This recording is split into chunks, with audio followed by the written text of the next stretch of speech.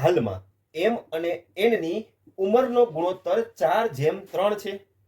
6 વર્ષ પછી એમની ઉંમર 26 વર્ષ થશે તો એનની હાલની ઉંમર કેટલી થશે?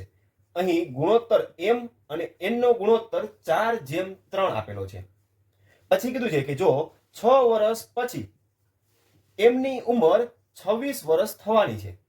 6 વર્ષ પછી, જો 6 વર્ષ પછી હોય તો હાલની ઉંમર એમની કેટલી થાય? તો કે 26 માંથી 6 બાદ કરવો તો 20 થાય. હાલની ઉંમર એની 20 હશે. 6 વર્ષ પછી એ 26 વર્ષનો થવાનો છે. બરોબર. હવે ગુણોત્તરની અંદર જોઈએ તો 4 કરતા 20 કેટલા ગણા થાય? તો કે 5 ગણા થાય.